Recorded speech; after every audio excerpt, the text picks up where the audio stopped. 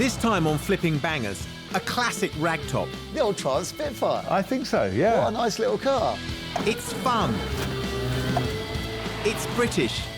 Well, crikey. Oh. It's falling apart. That Wow. looks utterly horrible. Can we tidy it up and manage to keep a lid on costs? Yeah, that's a disaster, isn't it? Yes.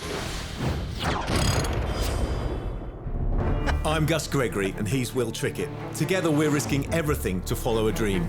It's something I've wanted to do for a long, long time. We've packed in our day jobs And invested our own hard-earned cash. We will do whatever it takes. as we try to make a living in the cutthroat world of second-hand cars.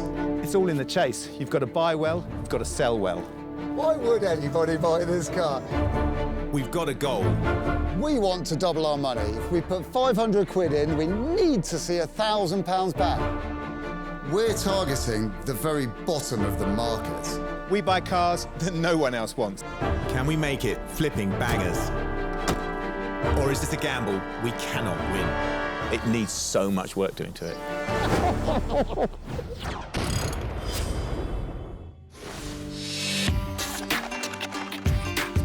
We've invested 10 grand in our new car trading venture. That's to pay for cars. Isn't it great? I know. I've never actually had a proper, clean workshop. No, this is really And exciting. so much stuff. I've got my favourite tools in here, my favourite spanners. But if we're to cover the rent on our lovely workshop and pay ourselves wages, the goal is to double our return on every pound we put in. If we can't make money, we lose. So far, the lights are still on, but we've got to keep the cash coming in. This isn't a game. Basically, we've given up a salary, a monthly salary, and replaced it with, well, possibly no salary at all. Our fledgling business is only breaking even at the moment, so it would be good if our next car could actually earn us some proper money. What will it be? You know, it seems to me, little point cleaning these if we haven't got a car to work on. We're going to have to buy one then, aren't we? We're going to have to buy one. I have got something in mind. Have you? Yeah, what about classic British roadster? Oh, I like the idea of that, and there are millions to choose from. Yes, there's millions. But which one shall we choose from? Well, in my mind, the choice is MGB, Yeah, OK. Midget, Yeah, Stag, Spitfire. OK. Midget, fabulous, Yeah, brilliant cars. but they're a lot of money. I love them, though. Yeah, Stags, similar sort of thing. And Yeah, stupid money Stags, really. Realistically, we just wouldn't find one to get started with. no. So that leaves us with? The old Triumph Spitfire. I think so, yeah. What a nice little car. I think it's a great idea. We're going to have to be careful, though, because if we want to make some money on a Triumph Spitfire, most of them suffer with the fact that they just rust away. A tatty one that's not rusty. That's what we need, isn't Yeah. it? Excellent. Right. It's a plan, isn't it? Let's do it.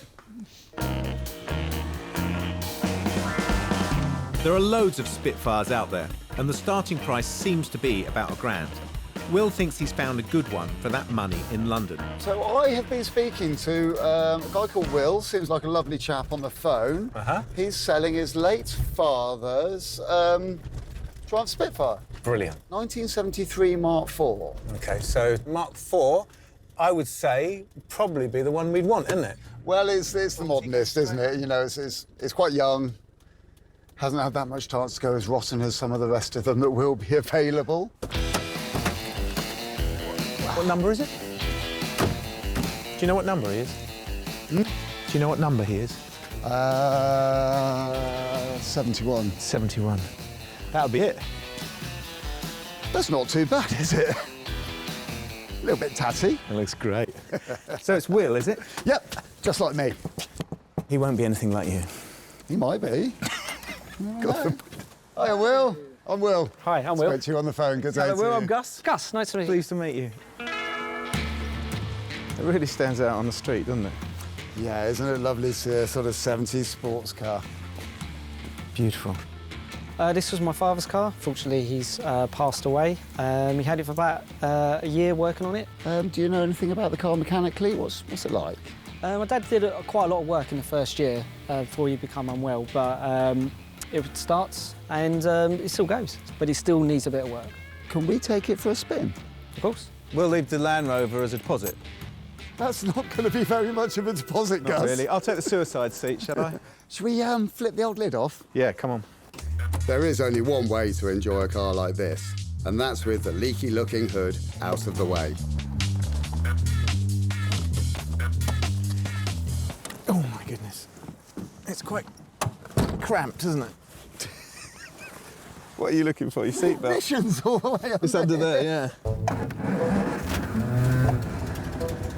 Poor Will. If he breaks this car, he's buying it, not me.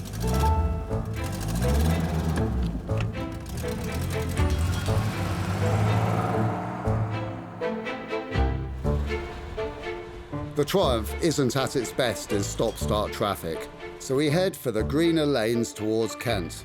But there's another reason for being somewhere quieter. We haven't actually looked at the car yet. That's a good test of the suspension down that track. Yeah. Did it pass though, Gus? That's the thing. I'm Did not it sure pass it would the have passed test? when it was new. Come on, let's have a look.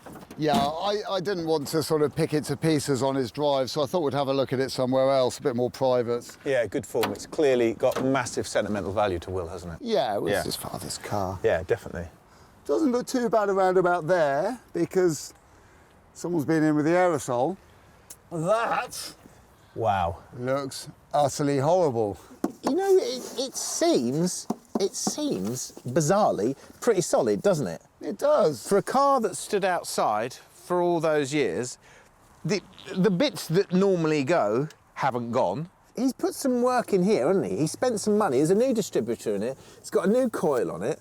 Yes. So I think this car's okay. Yeah. But the proof of the pudding is in the driving, isn't it? Come on, shall we?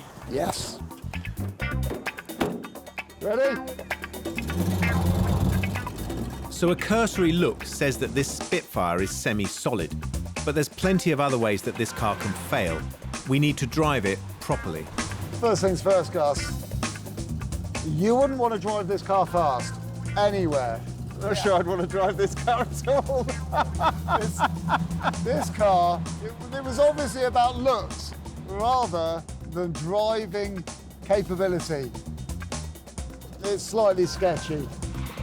Sure enough, the flaws start coming through. It would help it if it fired on more than 3 cylinders, do you think? Yeah, I mean, this car's not been... Whoa, crikey. Ooh. This car's not been set up for selling, has it? Not really, no. Oh, the chuff over the exhaust pipe sounds just like a little Massey Ferguson tractor working in the field. I know, it's a pain, isn't it? It spoils the pleasure, doesn't it? This Spitfire is a project car that needs a proper going over. I think it's worth taking a little bit of a punt on. It's a fun car. Realistically, if we offered him £500, He's going to say no, but he probably will settle somewhere near, won't he? That's what I reckon, yeah. It's definitely not £1,000 worth of car, not with the amount of work this needs. A Spitfire that drives and stops is still worth something to us. But at what point does it make financial sense? If we can't buy this car cheap enough, we can't buy it at all. I'm actually going to leave it in gear, Gus. We love it. Yeah? We'll have it. That's exciting. Fabulous. Exciting in a good way. Yeah, it's great. I mean, there's a bit of driver error, but the car itself is fabulous. That's brilliant.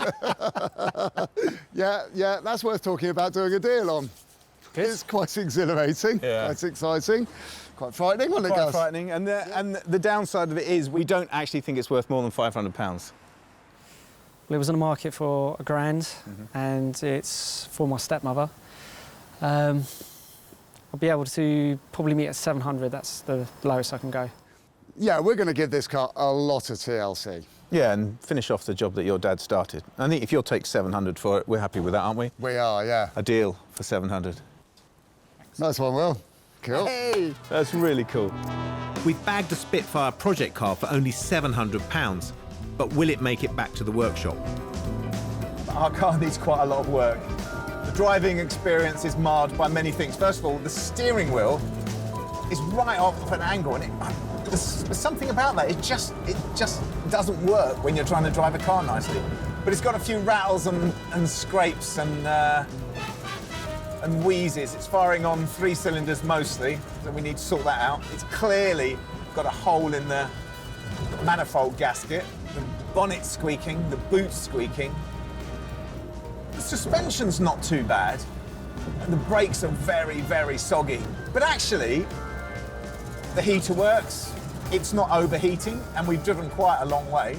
And I genuinely think Will's got a great car here.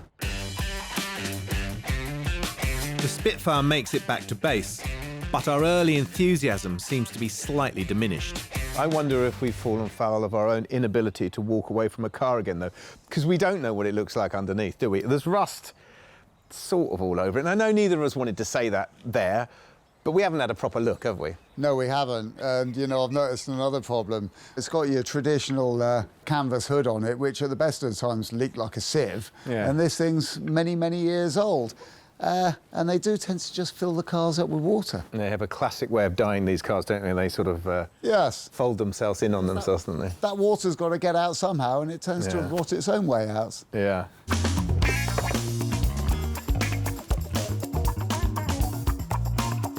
The Spitfire hasn't been clean in a long while, so we try and get rid of the green top layer. This is because we want to sell the car immediately after it's complete. So I take some pictures to use in the online ad, which will go up straight away.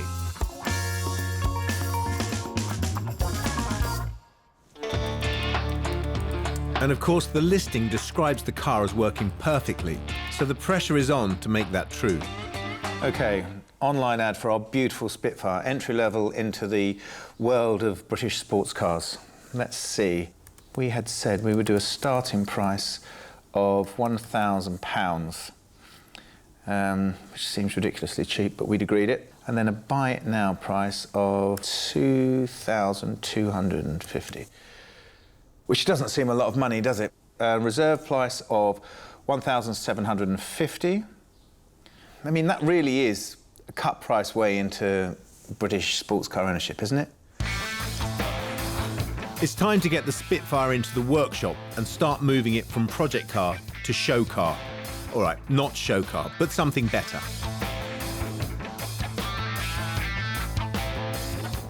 We start with the engine compartment. Here we are.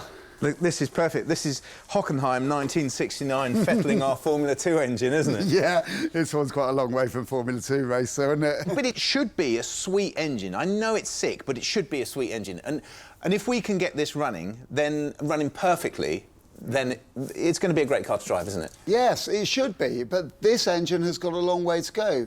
For a start, that exhaust manifold is blowing really horribly.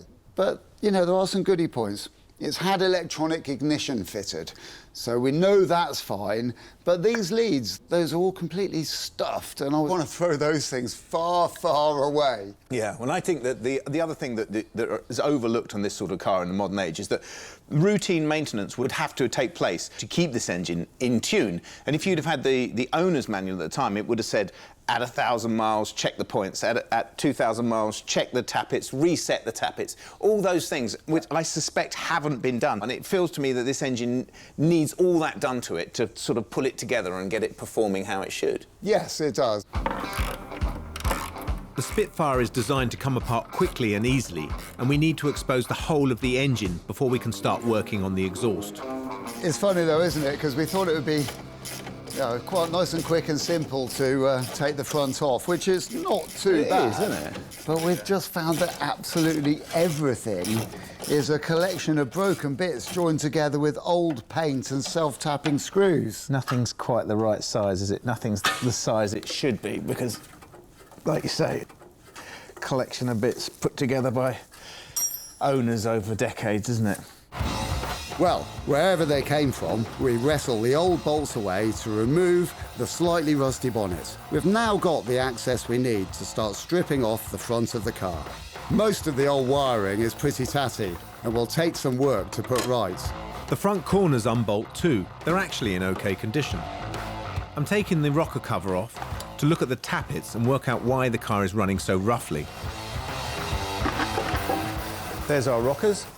So The rockers work from a rod from the camshaft and they push the valve down, and that's how the air and petrol get into the car, and the other valve, the exhaust valve, is how the exhaust gases get out of the car. So we have to adjust the distance between this arm and the valve, and it's important that it's the right clearance, because if it's too much clearance, then the valve's not opening properly, so you're not getting enough air and petrol in, or you're not getting enough exhaust gas out quick enough. And if they're too tight, then the valves won't shut properly and you'll end up burning the seats of the valves. When they're all adjusted properly, it will sing like a sewing machine. It'll be beautiful. So the order is number 8, fully open, so the valve fully open, so this arm fully down. Then we can check number 1. It's called the rule of 9. It always adds up to 9, just the way it is on a 4-cylinder engine. So I'm going to pop the spark plugs out so I can turn the engine over. I have marked these on here as well to make sure that I put them back the same way round, because that really wouldn't be clever.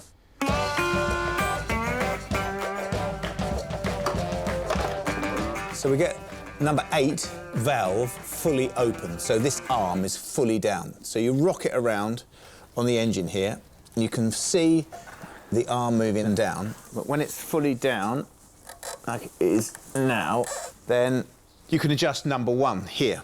The first valve isn't lifting at all, so I slacken off the nut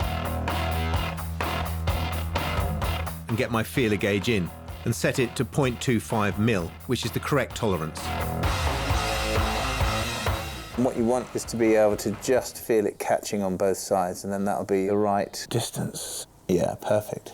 And then we'll tighten that back up, keep the screwdriver where it is. Check it again. So that's perfect. Right, and then the next one. So number 6 and number 3. I repeat this with the other valves, and once done, they rise and fall perfectly.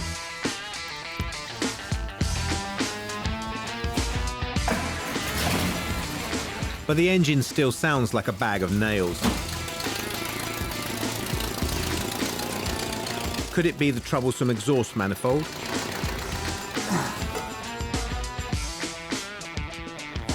Right, OK, so I was hoping the exhaust manifold was going to be leaking at the joint between the steel pipe and the cast iron manifold, which would be the easy thing to fix with no problem at all. But it's actually not. It's far, far worse than that. And the leak is right at the back of the manifold, and it's not just a leak, it's actually broken. It looks like the corner has snapped off, which is a real pain in the neck, because it means that this manifold either needs replacing or repairing. Well, Rome wasn't built in a day, and Spitfires aren't generally fixed in a day. No wonder they're loved by people who love to tinker with old cars. So I start stripping the engine down, while Gus obsessively tackles the aesthetics. I know it may be petty, but I can't stand to see this overpainted and overpainted and overpainted. So I've taken it back to its original metal finish, and I'm going to wash it off and have a look at that, which might look good, or I'm going to respray it silver. After a couple of hours, I managed to wrestle the manifold off the car.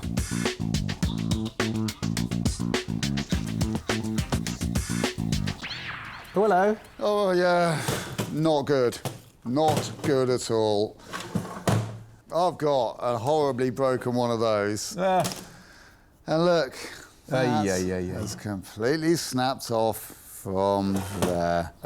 Yeah, that's a disaster, isn't it? Yes. The manifold is cast iron and not an easy metal to work with, and new ones are not available. Even if we can find one, if somebody was to weld it, it's going to take days, isn't it? It is. If we can find one, it's going to take us days to get it down here. Yeah. And it's going to cost money that we don't have. Yeah, true. This was going to be a nice, quick, easy job, and it's not. So the end of our first day is a mixed bag. We've sorted some issues, which is good, but we're already looking at costly parts, and we've barely started. Day 2. To find a rare exhaust manifold, Gus has tracked down a breaker who is carving out a business dealing only with Spitfires. So what's the story then? How did this all come about? Well, my dad's been doing it for about 45 years now, so I sort of fell into it. And we've got a fair collection. Wow. And this is what you want to see, isn't it? I mean, coming from what we're doing and looking at these, I just start seeing things. We desperately need a rear bumper for ours. yeah. Well, And this is it laid bare. This is the chassis, isn't it? that is it, laid out bare, yeah. And that's a Shorten Herald chassis, isn't it? Pretty much, yeah. Same chassis. The Herald would have had a few more outriggers. Outriggers on it, yeah. But that's basically, yeah, down to It sort of looks ludicrous. down to when you see it. basics. Yeah. There's not a lot to it. But the real Aladdin's cave is inside. Wow. That is amazing. So what's really holding us up is a manifold. We've got a broken manifold. It's a 1296 Mark IV? Yeah, Mark IV, yeah. Sure, no worries. A couple of options on that. A couple, of course you have. Brilliant. Got one with all the studs intact. Yeah, good. Okay. Excellent. There's also a common problem is when taking them off, the studs snap. So of course, yeah. people replace them with a nut and a bolt. Okay. It's a choice of two. Well, if I take the one with studs, I've got two got the two option. options, haven't Yeah, I? of course, yeah. So how much is that? They're £45. That's brilliant. £45. That gets us out of a hole. And I didn't think we'd be able to find one. It'd be really rude not to have a nose around. Can I have a nose around? I just keep seeing things out the corner of my eye thinking, how are we going to do without that? Help yourself, yeah. Just Have a fabulous. And the manifold is not the only thing I need. Whoa. You see, instantly, we need bumpers for our car. And everything you look at, you start thinking, I mean, our bumpers are painted matte black. They've got big holes eaten out of them. Yeah. Now, that whole matte black thing, I just don't get it. But The black was probably to hide the rust at some point, or the pitting. yeah. For example, that would be brilliant for us because it's got enough shine on it that you could give it a polish. I mean, it's not got to be concourse, but Yeah. it's better than what we've got. Yeah, well, something like that. All straight, no dents, no holes, 70, 80 quid. Brilliant. That would make so much difference to our car. For a £170 parcel deal, I've got a new manifold and good enough bumpers to bring the Spitfire up a notch. While Gus is in his elements looking at rusty bits of metal, I'm tasking myself with sorting out rusty bits of metal on our car. The issue with the Spitfire's body is the layers of old filler and paint that have been gone over again and again. It's not structural, but it's ugly. I've chosen to get started on this bit here because it looks like the biggest can of worms and it could take all day. The worst part is the rear three-quarter. I pull off the trim, which, as we've seen, is easy to remove. If I do break the trim, and I do break things from time to time, everything on this car is available. Under the top coat of paint, as I feared, it's not very nice.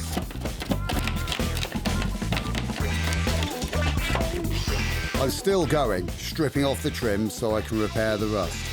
Water often sits around the hood in this area and needs a lick of paint. Yeah! It's obviously not just the rivets hold this on then.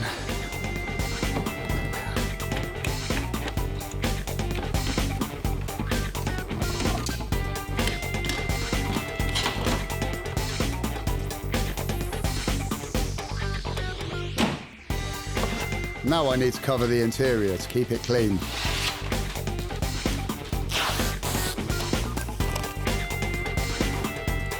Then I get the wire brush out so I can go in heavy. Some of this rust looks awful, but it only sits on the surface and comes off easily. I wish I could say the same for the rear arch, which has more holes in it than a Swiss cheese.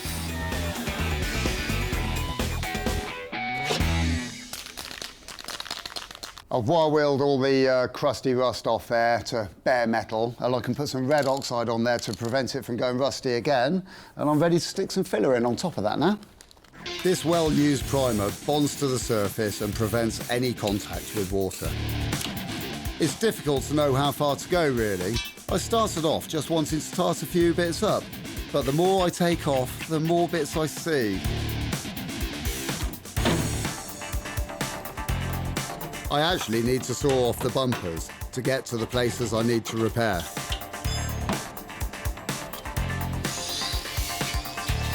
Because of the way the Spitfire is built, it will often attract rust on these seams. But where the rust is really bad, I need to rebuild the metal using 2-pack filler. The only tips I would give on mixing filler is read what it says on the packet and make sure you mix it really, really, really, really well. It's really important. Filling looks easy, but the trick is not to use too much filler,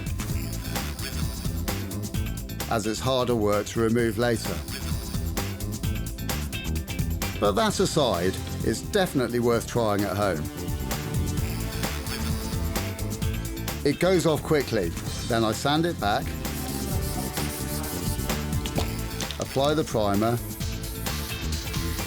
Gus is going to be pleased, if he notices at all.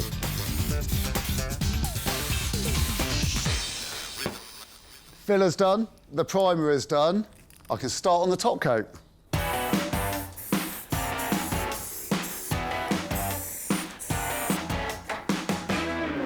Yeah, it's been a great day. Yeah, I got loads and loads done. What about you? You got a manifold? Brilliant. Anything else? Top man. It's day 3. We bought a Triumph Spitfire for £700, which sounds cheap, but since then discovered a host of issues with it. But we're not crying about it. I've found a new manifold, and Will has made the bodywork look half decent. There's no reason we can't soon double our cash on it, assuming we can get it finished. Wow. You're in early. You're in early. Well, I wanted to get a coat of paint on our new manifold. That looks fabulous. You know how pleased I am to see that. That's great. But something else has caught my eye, Gus. I know. These shiny things here. I've gone a bit magpie. And when you've got a car sitting there in bits and you walk in, you're like, oh, how can we do without these? They're not perfect and they're not the best ones he had. They were they were along the lower price range, but... Well, that's kind of what we want, though, isn't it? I think so, don't you? They don't have holes in, like the other ones did, and they're not covered in paints. Yeah, no, I think good. I think polish them up and then put them on the car, and from this distance, you'd look at it and you'd think, oh, that looks great, don't you think? Yeah, I do. Yeah, I think it's worth it. Yeah, good call, Gus, good call. At the moment, it's looking a bit messy. I've got some other items to paint too.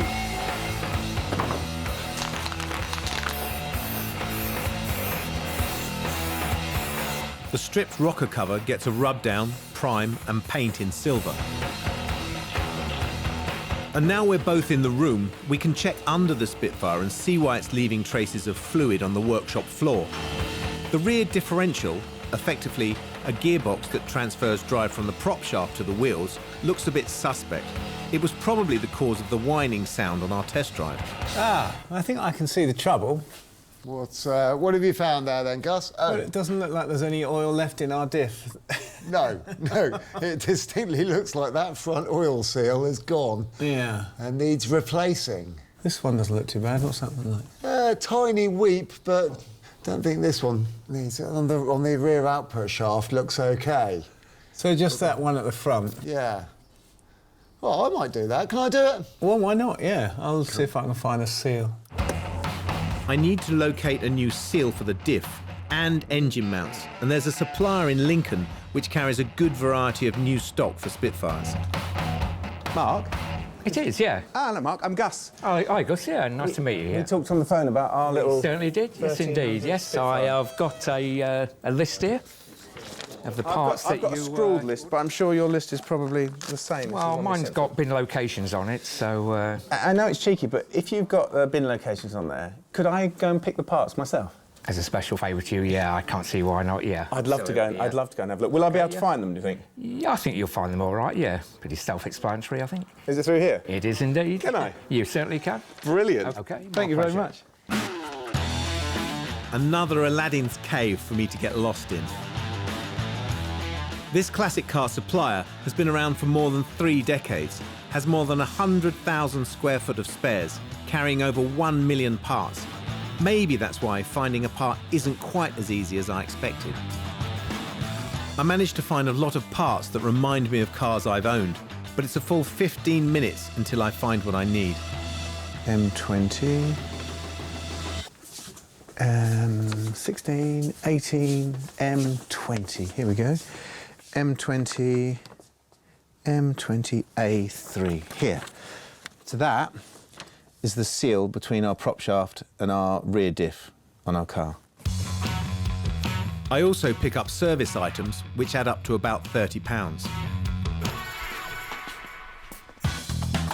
Back at base, Will is hacking away trying to locate the old seal so he can remove it.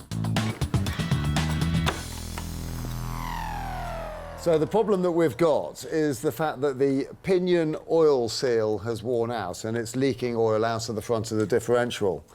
So in order to get to the pinion oil seal, I need to remove the prop shaft. See, if I do that, that one comes away. Can't see it quite yet because this bit is in the way, so I now need to unbolt that as well. As we know, working on a Spitfire isn't rocket science. We're using basic spanners and a lot of elbow grease. That's all it takes. But it's never that easy, of course. Now I need to get it down. The problem is that exhaust pipe's in the way. Oh, God, I'm going to have to... Do you know what? I don't think that's actually together properly. Look at that. Problem solved. You're right. Brilliant. That's the bit that was in the way. Next part of the job is to remove that split pin and remove that nut, and then that flange, and then the oil seal that we're looking for is directly behind those three bits. While Will bashes and crashes his way through basic maintenance, we need to remember the spend on the Triumph so far is standing at £700 for the car, plus another £200 or so on bits. So to double our money, the car needs to sell for £1,800, and we're not even finished. This is our Triumph Spitfire project. We're trying our hand trading in cheap, scrappy cars, and we're day 4 out of a total of 5 workshop days. We're aiming for mid-range, not top-end refurbishments, but right now it's academic because the car is still in bits. Will has finally exposed the rear diff oil seal in readiness for the replacement. This is the dry flange, and you see that shiny bit around there? That's what the oil seal rubs against. So the oil is sneaking out past the rubber seal and that smooth surface there. This isn't a pickaxe, it's actually a seal remover and does exactly what it should. There you go, that's the oil seal. It's a leather one, which I can feel has gone very, very hard, and that's why it's failed. Age, really, and wear. So I'm going to replace that with a nice, new, modern one. The new one is made from rubber and steel and has a bit of give in it, so it won't become brittle over time. Even more perfect. I tap it back in and reconnect the drive shaft. Quite often, you'll hear owners of old cars saying there's no point chasing down old oil leaks, because they all do that. Well, this Spitfire can no longer be included, because hopefully it will no longer leak oil.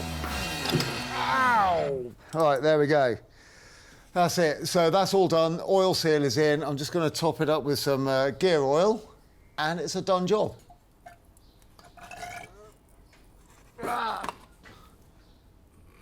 That's got it. Replacing an oil seal at the garage will probably set you back about 150 quid, but doing it yourself is much more satisfying. And now it's time for the last mechanical job, which is to replace the engine mounts, which might account for some of the engine vibration. We use the jack to support the engine while we try and locate the mounts. We've taken off the bonnets, the bumper, and all of the other bits, so we've got good access to it all. Yeah. And I still can't get to this engine I mount. can't either. We're good. Should we pull the radiator out? I think without a doubt, yeah. Hang on, I've got some leakage. Here's a tip. When you drain the radiator, try and retain as much of the fluid as you can, otherwise you ruin your workshop or someone else's. Well, none of it's in the bucket, actually. And with the rad out of the picture, we can unbolt the mount, heave them out, and replace them with brand new ones. One for you. Thank you very much. Because the access on the engine is so good, at least for the moment, it's a quick and easy job to bolt in the new mounts and move on. Hopefully, with the engine better secured, noise and vibration are going to be far less. We only need to get the rad back into place, then we can move on to the pleasing job of adding the new manifold, which also needs a gasket set in place first. I'm just going to attach the exhaust to the manifold, and I'm going to use a bit of gasket sealant between the two, just to make sure there's no leaks, so we don't get fumes in the car.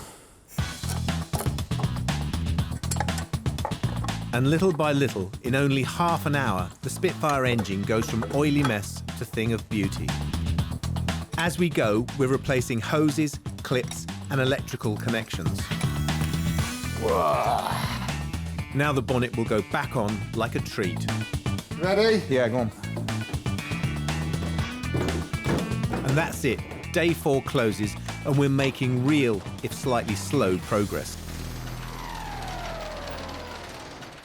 Day 5 on our Spitfire project. Overnight, our auction ad gets a contact from an interested party who is coming up to see the car tomorrow. The only issue we have is that the car has no bumpers, the roof's leaking, and we don't know if it runs. Oh, and it looks bad from most angles. So it's fine, really. Whoa. Big push. The first person who comes to buy our car, the first thing that they're going to notice is these wheels, because they stand out. And really, even if this was just a uniform silver, they wouldn't stand out. There are 2 ways to refurbish wheels. Take them to a proper company to strip, powder coat and paint them, and that's about £200 for the lot. Or get some of Will's treasured sandpaper discs and use them to work away the debris. The second way is far cheaper.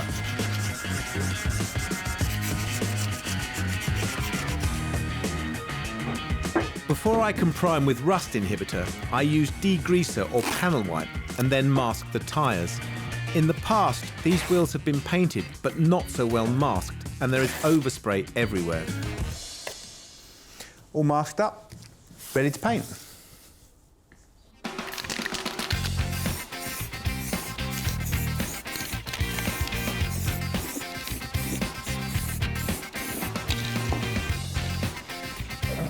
While I wait for the primer to go off, I get the remaining panels back on the car, this being the last day and all, and try not to look at all the other bits we really should have painted or replaced. Luckily, we don't regret in this game.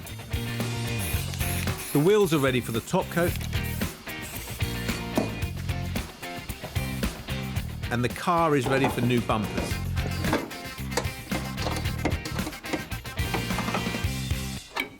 These have been drying in the sun outside. So I'll take the tape off.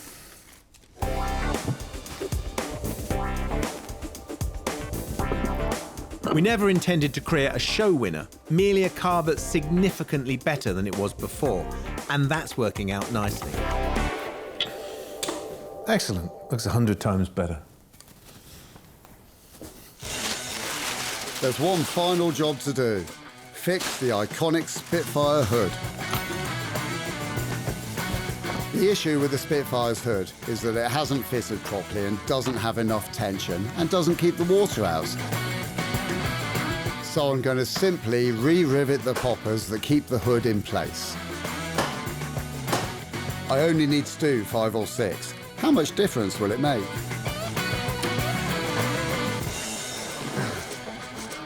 Right. Oh, yes. Brilliant. Tighter than a submarine door. I'm just reattaching the trim and the Spitfire is done.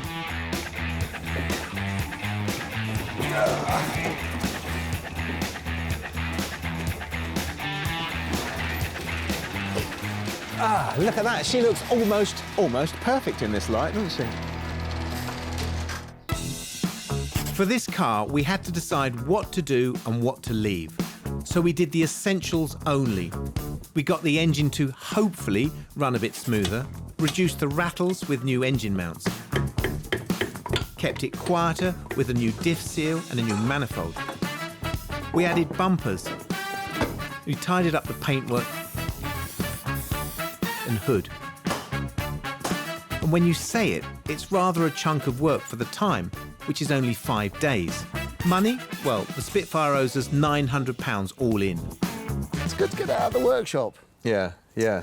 I think that the engine, the drivetrain, it's all good, isn't it? It is. You know, we've done bits like this. So I've done the paintwork here. You know, it looks okay, but it does make the rest of the car look somewhat tattier. Yeah. But we just need to find a tinkerer. Yeah, exactly. To buy this car. This is a perfect rolling restoration car. Rolling restoration, that's it, isn't it? The big question is, do you think it will drive? Of course it will. Of course it's going to drive. Why wouldn't it? We still have one final job, and that's to see whether the Spitfire actually feels any different after our toils. I'm actually quite happy. Yeah, I think that struggling along underneath the constant blanket of grey, Yeah. it's comforting. It's Well, comfortingly it's comforting. British. Yeah, knowing that we're definitely not going to see any sunshine today in our wonderful little open-top Tourer. But you know what? The driving experience of this car has changed completely, hasn't it? Because it actually drives quite nicely now, doesn't it? And I don't have to shout to be heard because we've fixed that exhaust pipe and now it sounds wonderful.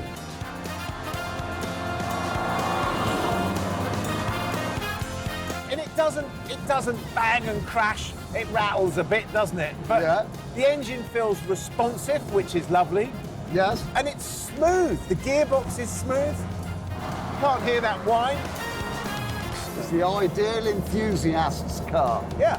And that's what Spitfires are. We're back just in time to meet a potential buyer, the only person who has gotten in touch. He can't go over £1,750, our reserve price. It's so close to doubling our money, we'd probably just take it. That's if he says yes. Paul! Hey, mate. Hello, I'm Gus. Nice to meet you, Pleased Gus. to meet Hey. you. This is Good Will. morning, Hey, Paul. mate. I'm Will.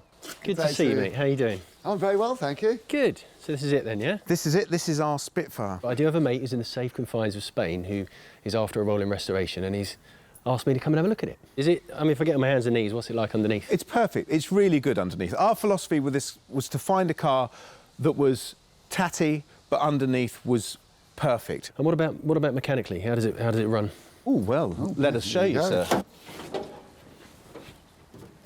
There we go. That looks very clean. We haven't done a great deal to it. All we've really done is done the servicing that it should have had done over the decades, and it's pulled together. It's a really nice engine now, isn't it? It is, yeah. What's the hood like? Well, I've spent a lot of time making sure that the hood fits very nicely. But of course it does leak, doesn't it? Sorry, yeah, It's like a sieve. It's a classic British sports car, what do you expect? Absolutely. Brass tacks then, are we open to offers? Well, we are open to offers as long as it starts with a 1,000 and ends with a 750. Yeah. So there is literally no point in me haggling with you. No. No, we know what we No. want for it. Good job it's not my money then, isn't it? Right, well, look, I mean, he wants a rolling restoration. He's happy to do a bit of paint, so what the hell? We've got a deal. Excellent. Cheers. That's Right, great. Cheers, guys. Well, it's been a pleasure dealing with you and your friend. I hope he's as happy as you are. At that money, we've made £850 and more or less doubled our cash, which is what keeps us going. And we got to play in a great British sports car too.